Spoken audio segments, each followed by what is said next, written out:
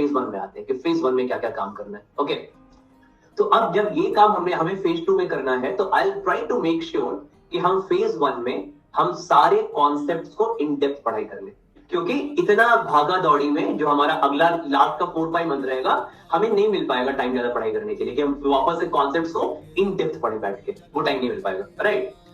तो हमें सारे फंडे को इन डेप्थ पढ़ना है। कब तक? 15 जुलाई 25 जुलाई तक एक डेट मान लेते हैं, ठीक है।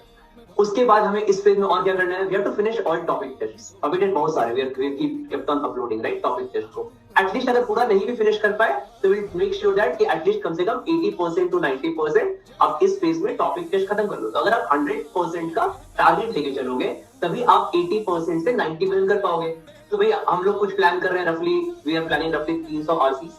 तो अगर मेरे पास 300 टॉपिक टेस्ट क्वांट में है रफली, राइट, ओके, 250 मान लेते हैं, 250-300 रफली, इसी के बीच में रहेगा। तो again we have to finish till November, हमें ये खत्म करना है टिल नवंबर तक, ओके। एंड अब then goes for LRDA. LRDA तुम्हारा क्या है कि again that will somewhere around 300 plus LRDA के टेस्ट रहेंगे वहां पे, ठीक है, हम लोग टेस्ट कर रहे हैं। तो मैं तुम लोगों को पहले बोला है कि मेक श्योर कि आप ना पर डे, आपका सिंपल रूल आपको क्या बनाना है कि पर डे आपको 50 मिनट्स स्पेंड करना है टेस्ट में, इससे ज्यादा नहीं।